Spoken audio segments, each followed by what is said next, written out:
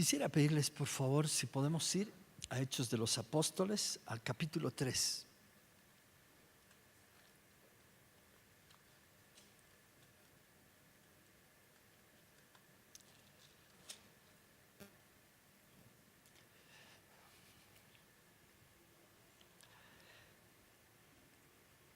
La Biblia nos dice claramente que nosotros hemos sido creados por Dios, ¿no? Somos creación de Dios. Pero la Escritura dice que no solamente hemos sido creados por Él, sino que hemos sido creados para Él, ¿no? Es muy importante entender esto, que tú y yo estamos aquí en la tierra, tú y yo hemos sido creados por Dios para Él. El propósito, el fin, ¿no?, de nuestras vidas tiene que ver con Dios. Dios no nos creó para que nosotros, no sé, tuviéramos una buena vida, la pasáramos bien, seamos felices, ¿no? Yo creo que Dios quiere que seamos felices, pero esa es la consecuencia simplemente, ¿no? Pero creo que Dios nos creó básicamente para que nosotros pudiéramos ser para Él, ¿no? Nosotros tenemos una frase que resume el propósito que creemos que tenemos como iglesia, y esta frase empieza diciendo que nosotros existimos para glorificar a Dios, ¿no? Y creo que es muy importante el que nosotros podamos entender esto, ¿no? Dice que nosotros hemos sido llamados a ser de Él, ¿no? Nuestras vidas definitivamente tienen que apuntar a Dios, ¿no? Nuestras vidas han sido diseñadas para que nosotros podamos glorificar a Dios. Yo personalmente creo que la felicidad, el hombre, el ser humano, cada uno de nosotros, la felicidad la encontramos cuando glorificamos a Dios. Porque cuando glorificamos a Dios estamos haciendo aquello para lo cual hemos sido creados y diseñados, ¿no? Entonces, como que de pronto cuando estamos glorificando a Dios, nos encontramos en aquello que nos da satisfacción, aquello para lo cual nuestra vida calza perfectamente, ¿no? Entonces, por eso decía, el ser felices es una consecuencia de hallar nuestro propósito. Nuestro propósito es vivir para glorificar a Dios. Nosotros no hemos sido creados para ser autónomos, para vivir para nuestra propia vida, nuestro propio beneficio. Tú y yo hemos sido creados para glorificar a Dios. Amén. Sí, entonces tenemos que entender eso. Y miren, en el hebreo, cuando se habla, hay varias palabras en el hebreo que significan en español pecado, ¿no? Pero una de las palabras que se utilizan en el Antiguo Testamento para pecado es errar al blanco, ¿no? Y qué interesante, porque este es como que un concepto mucho más amplio, ¿no? Pecado no es simplemente cometer un acto de inmoralidad, ¿no? Faltar a una de las leyes de Dios, sino que pecado es mucho más amplio que eso. Pecado es errar al blanco. Y saben, el ser humano, cuando no vive para glorificar a Dios, cuando no vive para Dios, está errando al blanco. Porque tú y yo hemos sido creados para eso, para glorificar a Dios.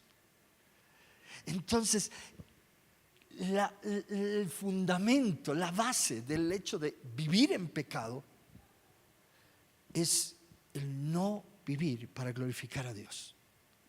Yo puedo ser una persona muy moral, muy correcta, pero si mi vida no está glorificando a Dios, estoy en pecado, estoy errando al blanco.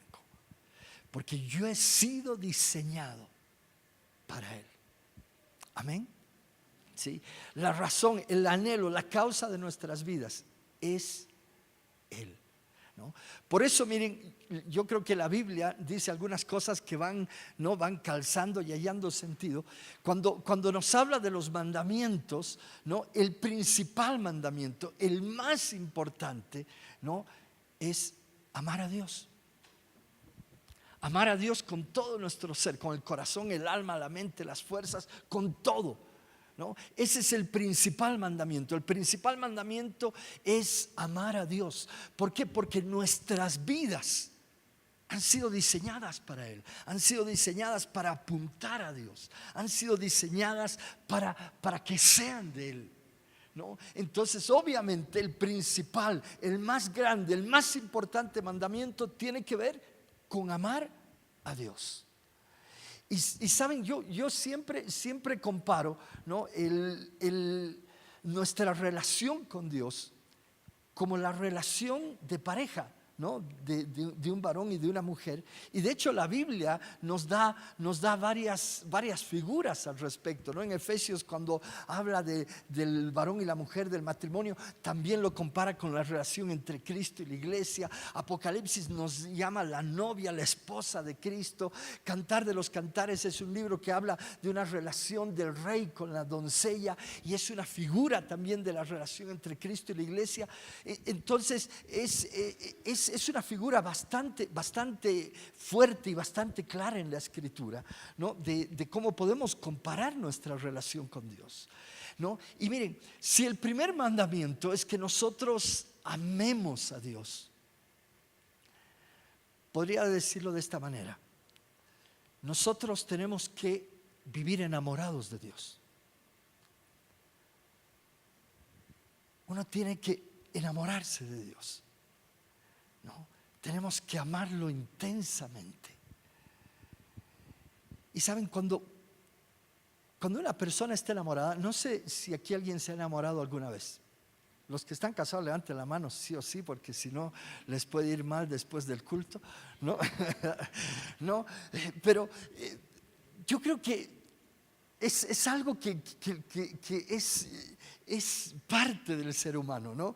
El enamorarse de alguien, ¿no? Y miren, una de las cosas que pasa cuando alguien se enamora de alguien es que uno quiere pasar tiempo con esa persona, ¿no? O sea, yo creo que es raro el que se enamora y dice: mira, estoy tan enamorado que no quiero verte, ¿no? O sea, no quiero verte, la verdad que te amo, pero de lejos, ¿no? Generalmente, cuando en una relación, más bien uno de ellos pone excusas para verse y dice: mejor nos veamos mañana, y llega mañana y dice: no, ¿sabes qué? El próximo fin de semana.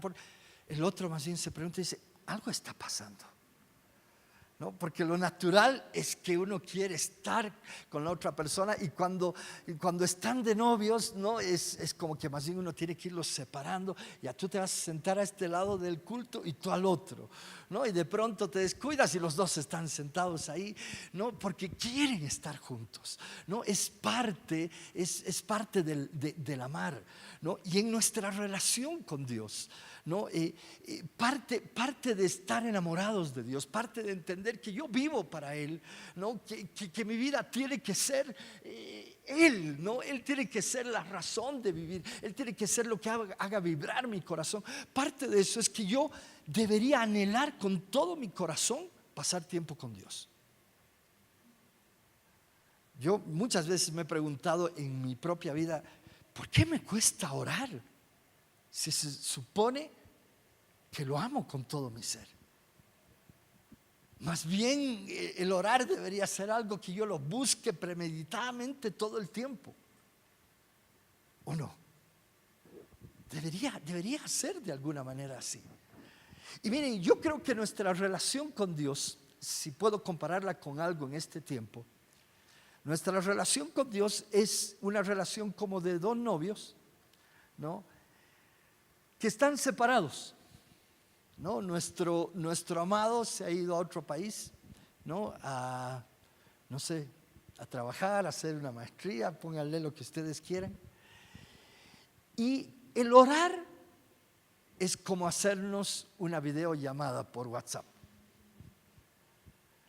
¿no? Cuando oramos, estamos en comunión con Dios, pero no estamos cara a cara con Él.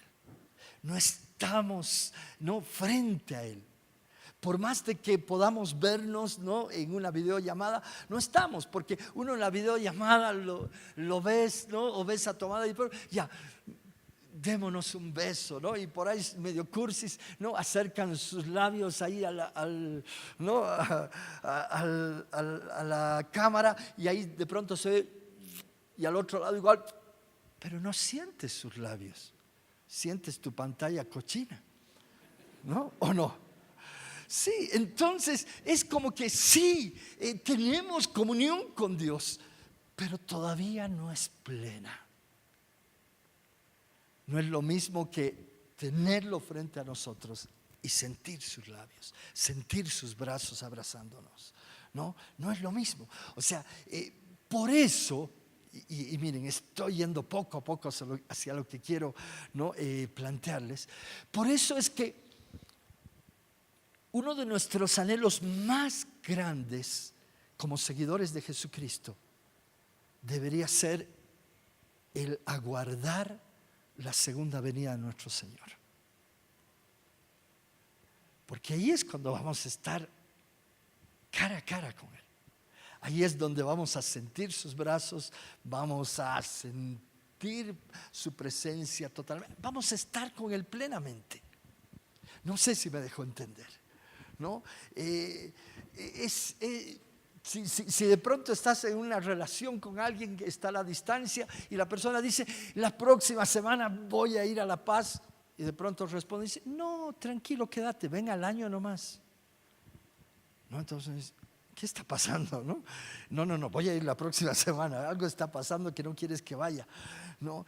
Y en ese sentido, si nuestra relación con Dios está siendo una relación genuina, el mayor anhelo de nosotros como creyentes debería ser, ven Señor Jesús, vuelve, ven por segunda vez. Por eso Apocalipsis nos dice, ¿no?, el final de Apocalipsis es el Espíritu y la novia, la iglesia, dicen, ven Señor Jesús. Y debería ser nuestro anhelo genuino. Es preocupante cuando de pronto no anhelamos que Jesús venga, ¿no? Y de pronto dice, Señor, ven al año, por favor, porque este año quiero casarme, ¿no? O Señor, no, ¿cómo vas a venir? Estoy esperando el bebé que tanto he deseado, estoy de 5 meses, no, ven de aquí a un año, por favor, déjame disfrutar un poco. No, es como, o sea, sí es entendible que anheles, ¿no?, algunas cosas, pero nuestro mayor anhelo debería ser que Él vuelva para estar con Él plenamente, ¿o no? Por eso la Biblia dice que nosotros debemos amar la venida del Señor, ¿no? La venida del Señor debe ser nuestro máximo anhelo en este tiempo. Ahora, un poco voy a ir cerrando las ideas. La causa por la cual vivimos tú y yo es Él. Él tiene que ser, ¿no?, la pasión de nuestras vidas. Él tiene que ser el que nos haga vibrar, la persona por la cual vivamos. Y obviamente nuestro mayor anhelo debería ser que Él venga nuevamente, ¿no?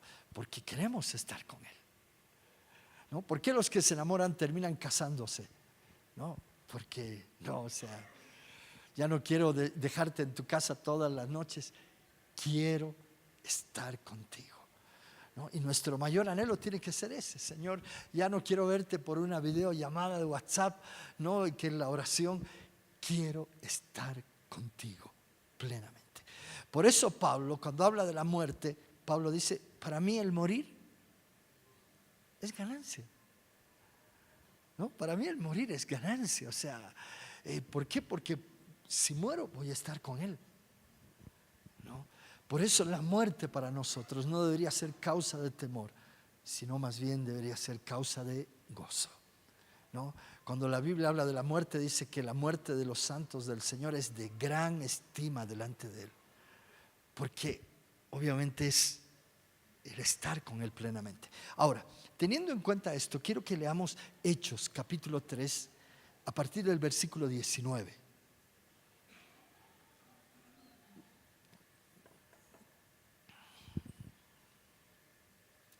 19 al 21, por favor. Ustedes síganme aquí en el data, en la versión de las Américas, y yo voy a leer en la Nueva Traducción Viviente. Básicamente es lo mismo, pero el leer en diversas traducciones a veces enriquece el pasaje. Dice: ahora pues, arrepiéntanse de sus pecados y vuelvan a Dios para que sus pecados sean borrados. Entonces, de la presencia del Señor vendrán tiempos de refrigerio, y Él les enviará nuevamente a Jesús, el Mesías designado para ustedes. Pues Él debe permanecer en el cielo hasta el tiempo de la restauración final de todas las cosas, así como Dios lo prometió desde hace mucho mediante sus santos profetas. Quiero resumir este pasaje de esta manera. Pedro, que es el que está predicando, dice: primero, arrepiéntanse, vuelvan a Dios. Segundo, si nos arrepentimos y nos volvemos a Dios, Dios va a enviar tiempos de refrigerio sobre nosotros. Y tercero, a causa de estos tiempos de refrigerio, Él va a enviar a Jesucristo. Tres cosas: arrepentimiento y conversión, tiempos de refrigerio y la segunda venida de nuestro Señor Jesucristo. Yo creo que si queremos que Jesús venga, Jesús va a venir cuando del cielo vengan tiempos de refrigerio sobre la iglesia. Creo que, y voy a explicarlo más adelante cómo lo veo yo, pero creo que es muy importante el que podamos experimentar tiempos de refrigerio. Y estos tiempos de refrigerio vienen a causa del arrepentimiento y la conversión en nuestras vidas. Ahora, el último versículo nos dice que es necesario que Jesús sea recibido en los cielos hasta el tiempo o los tiempos de la restauración de todas las cosas, que es algo que Dios ha hablado, ¿no?, en las profecías antiguas, ha hablado a través de sus profetas, ¿no? Ahora, yo estaba planteando como una base inicial, ¿no?, de que nuestro mayor anhelo debería ser que Jesús vuelva, ¿no? El poder estar con nuestro amado, esa debería ser nuestra meta aquí en la tierra, ¿no?, que Jesús pueda regresar, ¿no?, y podamos estar con Él por siempre, ¿no?, existir por siempre para glorificarlo. Ahora,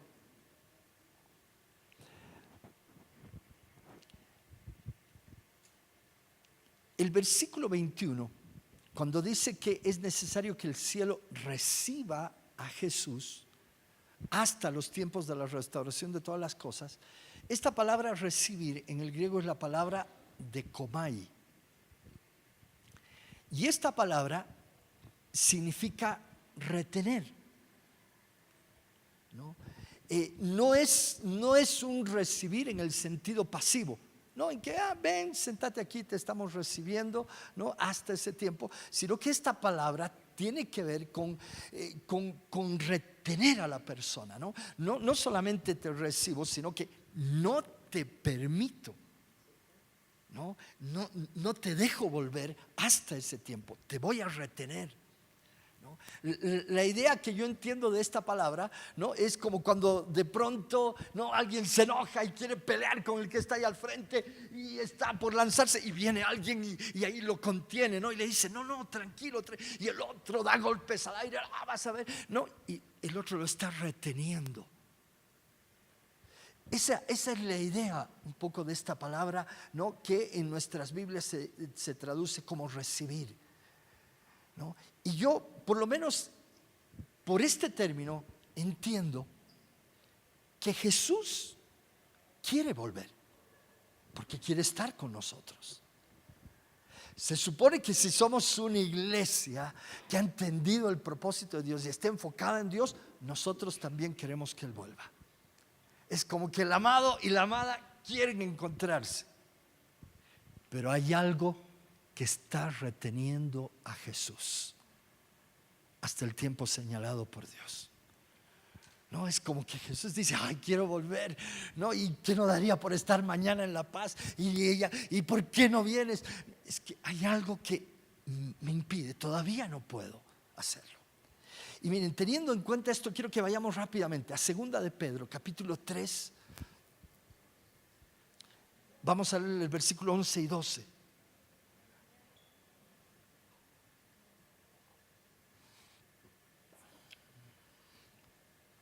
Yo igual lo voy a leer en la Nueva Traducción Viviente, por favor.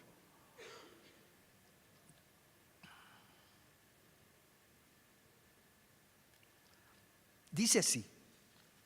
Está hablando de todo este pasaje, prácticamente desde el primer versículo de este capítulo está hablando de la venida de nuestro Señor Jesucristo, de la segunda venida, del retorno de nuestro Señor, ¿no? Y aquí hablando de eso dice, dado que todo lo que nos rodea será destruido de esta manera, porque no dice que cuando venga el Señor todo va a ser consumido y destruido, ¿no? El versículo anterior dice, ¿cómo no llevar una vida santa y vivir en obediencia a Dios? Esperar con ansias el día de Dios y apresurar que éste llegue. En aquel día Él prenderá fuego a los cielos y los elementos se derretirán en las llamas. Miren lo que dice nuevamente el apóstol Pedro, es el que está escribiendo eso. Dice, miren, va a ser tan tremenda la venida de nuestro Señor Jesucristo que, miren, todo va a ser destruido. Y lo que Él dice es, a ver, yo creo que nosotros tenemos que tener esta actitud. Primero, deberíamos vivir en santidad y en obediencia a Dios. Segundo, deberíamos esperar la venida del Señor. Y tercero, deberíamos apresurar la venida del Señor. Aquí en la de las Américas dice, apresurando la venida del día de Dios. ¿No? Es como que de pronto quiero estar con mi amado. Y una de las cosas que me dice el apóstol Pablo es, guárdate, vive en santidad, espera su retorno, pero además apresúralo. Una de las cosas que a mí me impacta de este versículo, y es uno de mis versículos favoritos en la palabra, y creo que es uno de los versículos que marca mucho en mi vida, es el hecho de que la Escritura nos pueda decir que nosotros podemos apresurar la venida de Jesucristo. Nosotros podemos apresurar, porque Él quiere volver, nosotros queremos estar con Él, pero hay algo que lo retiene. Y de alguna otra manera nos dice que nosotros no solo debemos esperar esa venida, guardarnos para esa venida, sino que también podemos apresurar la venida de nuestro Señor. A ver, yo pongo este ejemplo más o menos como algo así, como que de pronto, ¿no? La persona que amas está lejos y te dice, mira, quiero volver, pero no puedo volver mientras no ahorre para mi pasaje. Ya acabé mis estudios, acabé todo, pero no tengo el pasaje de vuelta, ¿no? ¿Y cómo yo podría apresurar la venida de aquella persona que yo amo si este es el problema? Mira, ¿sabes qué? Yo voy a conseguir el dinero. ¿Cuánto necesitas para el pasaje? No sé, se necesitan $1,000. Ya, mira, yo aunque sea me voy a prestar, voy a hacer lo que sea, pero te voy a enviar el dinero. Entonces, de alguna otra manera, yo estoy apresurando su retorno. Hay algo que le impide venir todavía. En este caso, no hay el dinero para el pasaje. ¿Y yo cómo puedo apresurar su venida? Mira, yo voy a conseguir el dinero. Si tengo que trabajar día y noche, si tengo que prestarme, algo voy a hacer, pero no te preocupes, te voy a enviar el dinero, ¿no? Más o menos esa es un poco la idea. Debemos guardarnos para cuando estemos con Él, cuando Él vuelva. Eso es vivir en santidad y en obediencia. Debemos esperar su venida, debemos anhelarla con todo nuestro corazón, pero también podemos apresurarla. También podemos apresurarla. Y yo quiero que vayamos al versículo 9 del mismo capítulo. Vamos a ver de qué manera yo creo que nosotros podemos apresurarla. Segunda de Pedro 3, versículo 9.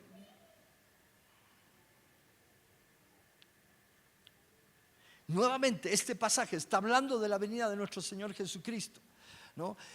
Vean ustedes en el data, en esta traducción, yo leo la nueva traducción viviente, dice: en realidad no es que el Señor sea lento para cumplir su promesa.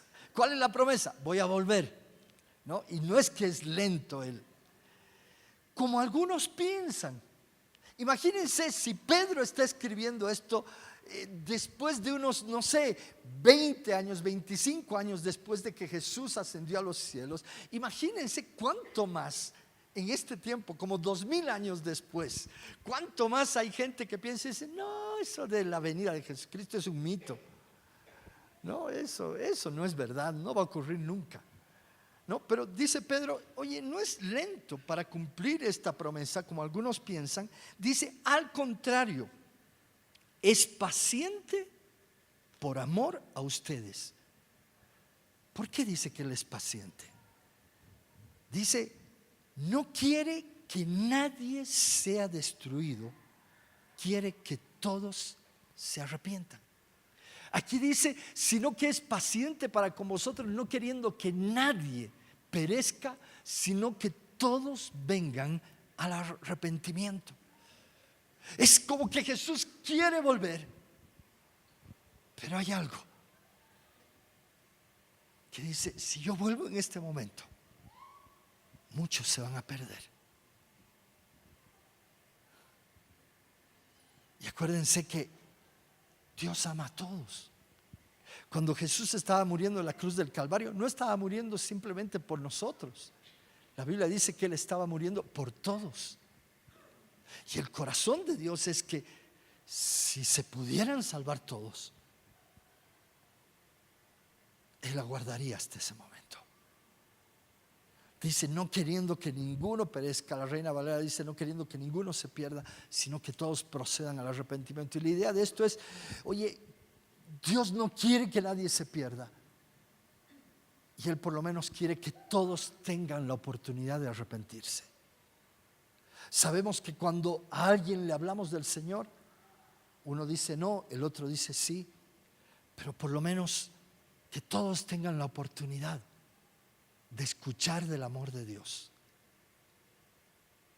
Y bueno, si quieren perderse ya depende de ellos, pero Él quiere que por lo menos tengan todos la oportunidad de escuchar y de conocer de su amor, de poder arrepentirse, de poder volverse a Dios. Entonces, miren, yo lo planteo de esta manera: lo que impide que Jesús vuelva es que Él no quiere volver sin que primero todos hayan tenido la oportunidad de arrepentirse. Y eso en pocas palabras es: Él no quiere volver sin que primero este evangelio del reino sea predicado en todo el mundo para testimonio a todas las personas. En el Nuevo Testamento, cuando aparece el término naciones, es el término etnos, que dependiendo del contexto, los traductores lo traducen como naciones o como gentiles. Es la misma palabra. Para los judíos el mundo era bien facilito: ellos y los demás. No, ellos no se complicaban, ¿no? Ellos no estudiaban cuántas otras naciones hay. No, ellos y los demás, ¿no? Y para ellos los demás eran los gentiles. Y saben, Jesús no va a regresar hasta que todos hayan escuchado el evangelio y hayan tenido la oportunidad de arrepentirse. Por eso la gran comisión que Él nos dio como iglesia, por ejemplo en Marcos, es ir por todo el mundo y predicar el evangelio. ¿A quién? No dice, como hay algunas doctrinas, solo a los escogidos. No, id por todo el mundo y predicar el evangelio a toda criatura. A toda criatura. En Mateo dice, vayan y hagan discípulos a todas las naciones. Nuestro llamado como iglesia, nuestra misión aquí en la tierra es: vayan y prediquen el evangelio a todos. ¿Por qué? Porque si predicamos el evangelio a todos, Jesús puede volver. En este caso no le impide que Él no tiene para el pasaje. Lo que le impide es que Él no quiere que la gente se pierda. Entonces dice, yo no puedo volver hasta que todos tengan la oportunidad de arrepentirse.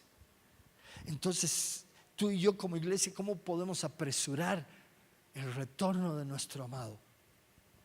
Predicando el evangelio. ¿A quiénes? A todos. Por eso es que las misiones es algo que tiene que ver con todos.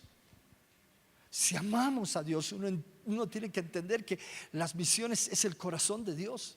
Si amamos a Dios, comprendemos que el corazón de Dios es que yo tengo que predicarle a mi vecino, al que está allí en mi universidad, en mi trabajo, pero también al que está en la China, al que vive del otro lado, porque todos tienen que escuchar del amor de Dios. De alguna manera la predicación del evangelio no es una carga que tenemos que sentir que nos es impuesta. La predicación del evangelio debería ser algo que nosotros lo hagamos porque amamos que nuestro Señor pueda retornar. Es como que yo quiero que mi amado vuelva, por eso voy y hablo y predico a otros. ¿Me estoy dejando comprender? Sí. Por eso Mateo 24:14, que ya lo he citado, dice, ¿no? Y será predicado este evangelio del reino en todo el mundo para testimonio a todas las naciones, y entonces vendrá el fin. Por ejemplo, en Mateo 24, cuando nos habla de los tiempos finales, nos habla de varias señales. Por ejemplo, algunas de esas señales son terremotos, pestes, guerras, hambres, ¿no? Y nosotros a veces los cristianos enfatizamos en esas cosas, ¿no? Anoche, si no me equivoco, ha habido un terremoto, ¿no? en Chile, ¿no? Y de pronto los cristianos somos los primeros que ponemos, ya, ha habido esto, el Señor ya viene, ¿no? Y sí, el Señor ya viene. Pero cuando habla de estas señales, la Escritura nos dice que son como los dolores de parto que le viene a una mujer. ¿Qué significa? Que estas señales están anunciando que el Señor se acerca, pero todavía no es el fin. Hay todavía un poco de tiempo. Y evidentemente estas señales cada vez las vemos más intensas y nos están anunciando, vuelvo pronto. Pero Mateo 24:14 dice que cuando prediquemos el evangelio en todo el mundo, a todas las personas, entonces vendrá el fin. ¿Por qué? Porque Él no es que es lento en cumplir su promesa, sino que Él es paciente. Él no quiere que ninguno perezca, sino que todos procedan al arrepentimiento. Tiene sentido. Tiene sentido que esa sea nuestra misión como iglesia. Es como que el amado dice, vuelvo y les estoy dejando esta misión. Porque la gran comisión tiene que ver con que nosotros podamos apresurar su venida o no. Y obviamente, si hemos entendido que Él es nuestro amado, que Él es la razón de nuestro vivir, esto debería ser algo prioritario para nosotros, ¿no? Si por ejemplo, vuelvo al mismo ejemplo, nuestro amado no puede volver porque no tiene el dinero para el pasaje, y yo le digo, sí, voy a conseguirlo, y pasa una semana y volvemos a hablar, ¿y has conseguido algo? Ay, no, me he olvidado. Es como que ¿te has olvidado? Sí, la verdad que me he olvidado. Es que esta semana la novela estaba interesante y no, ya he estado viendo todos los capítulos y se me ha pasado. Cuando realmente algo es importante, lo ponemos como prioritario. Ahora, volvamos a Hechos 3. Porque esto que estoy compartiendo yo lo he planteado muchas veces, lo he compartido muchas veces. Pero quiero volver a Hechos 3 para poner una idea que creo que es algo que en este tiempo Dios está llamándonos a hacer.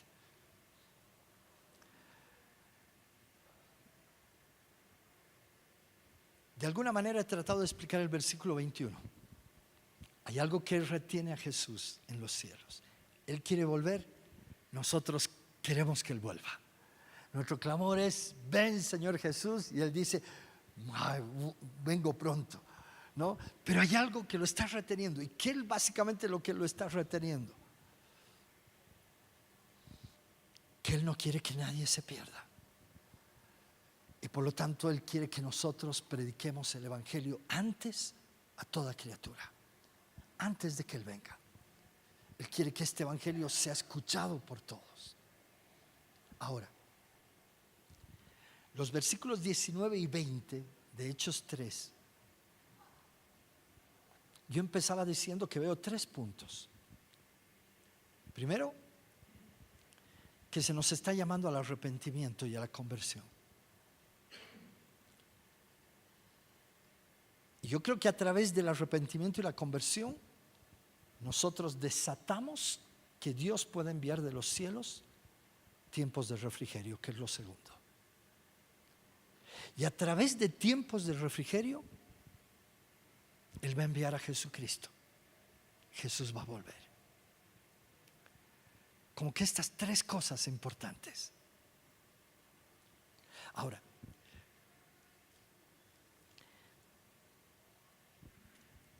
para que Jesús vuelva, voy a empezar del tercer punto. El Evangelio tiene que ser predicado en todo el mundo. Ahora miren, qué complicado.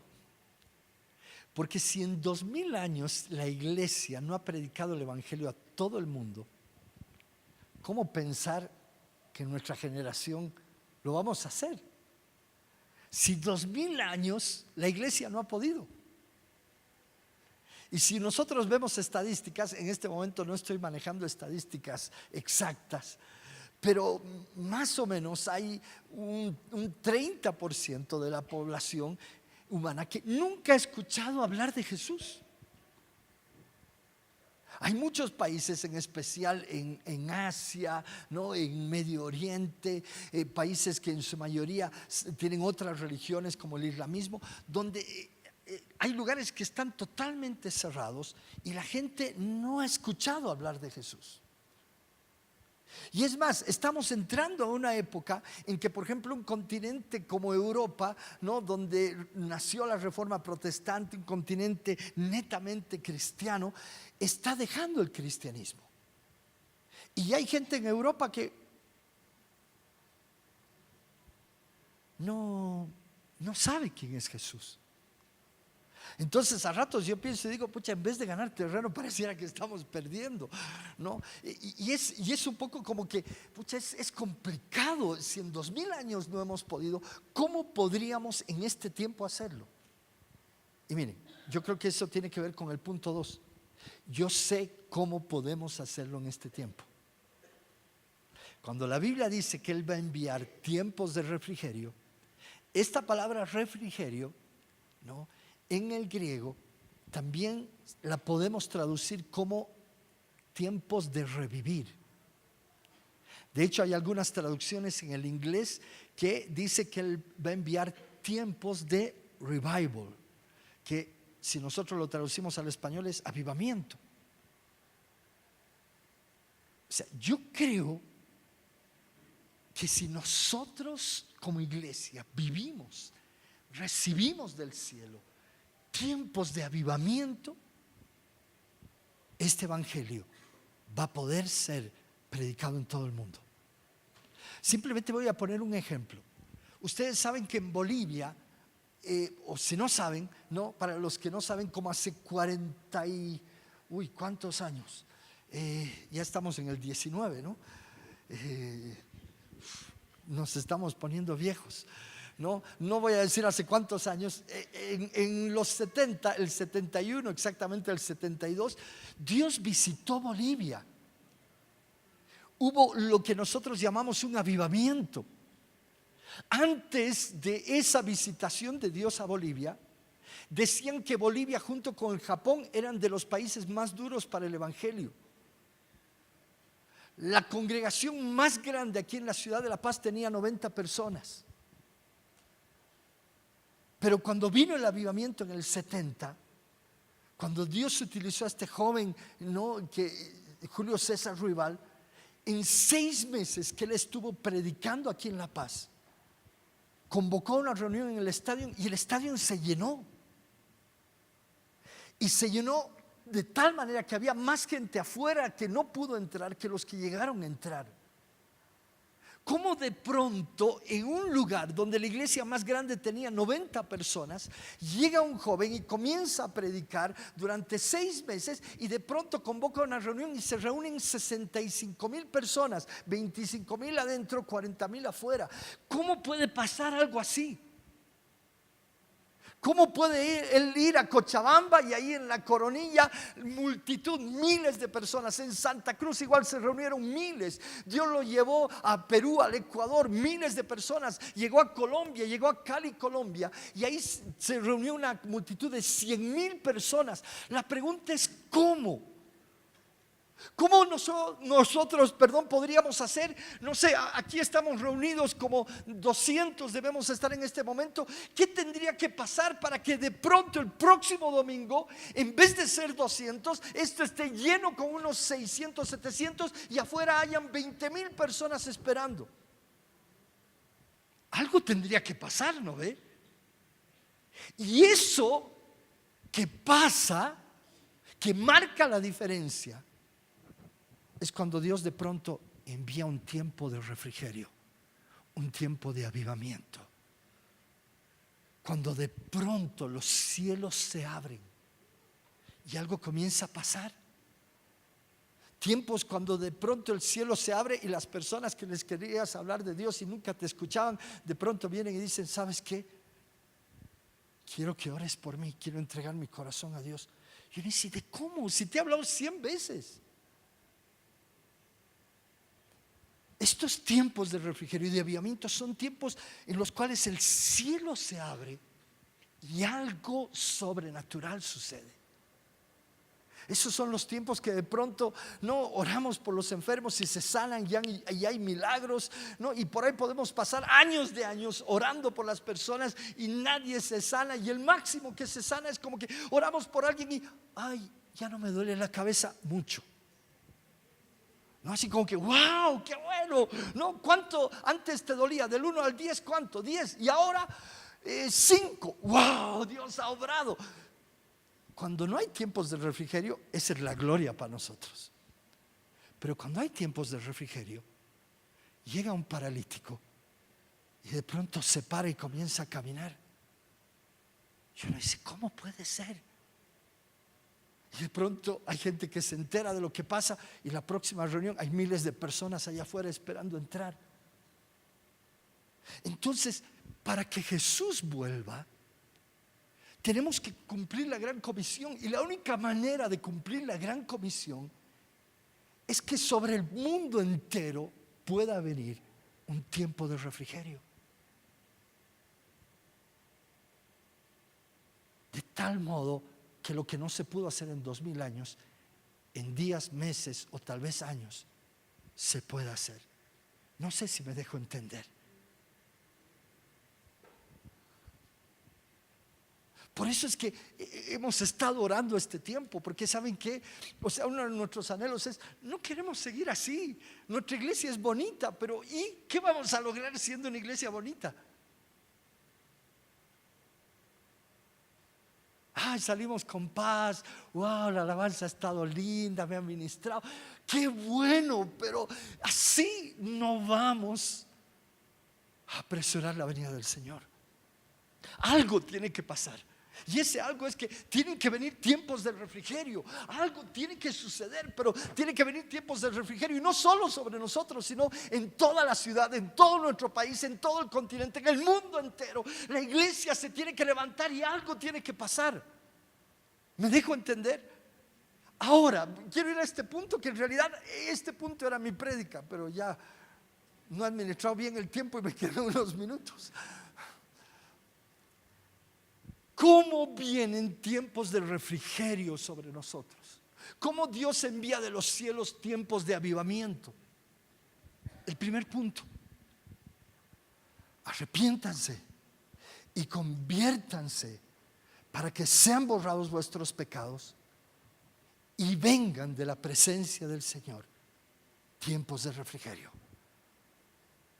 O sea, ¿saben qué? Para que vengan tiempos de refrigerio tiene que haber una conversión genuina en nuestras vidas, total, radical, un arrepentimiento profundo en nuestras vidas.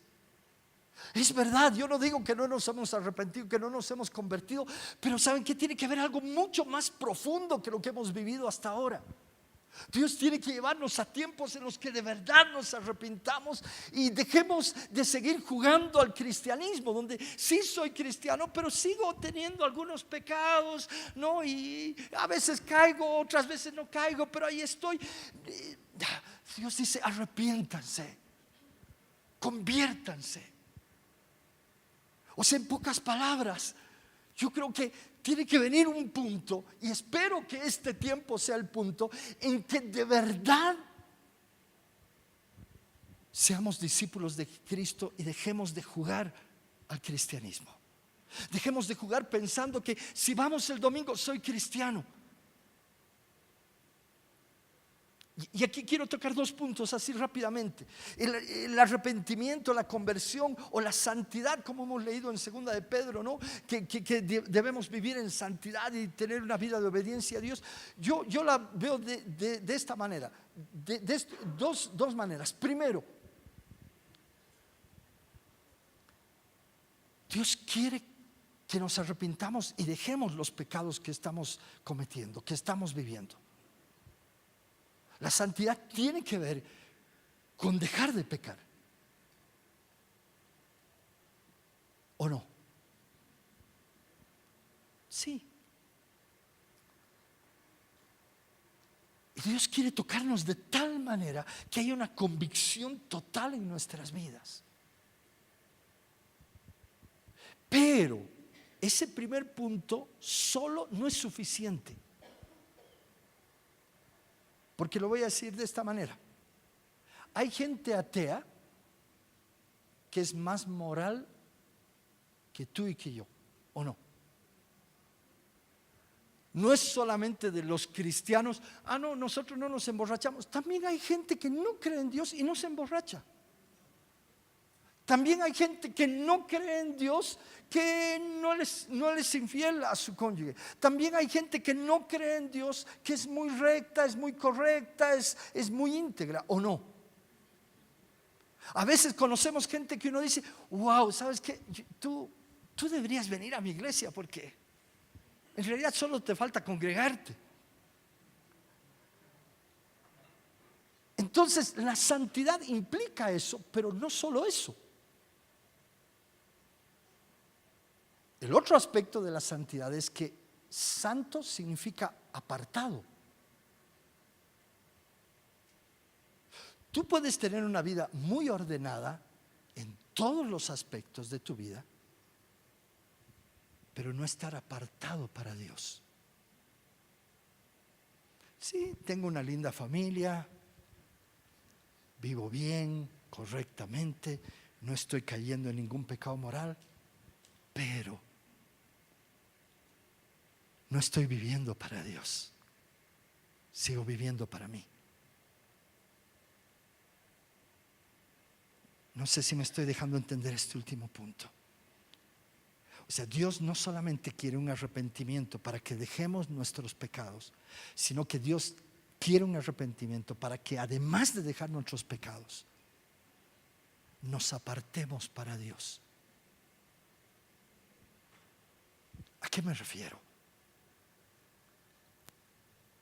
Las 36 horas que vamos a terminar en 1 hora no deberían ser un evento que hacemos una vez al mes o cada mes y medio.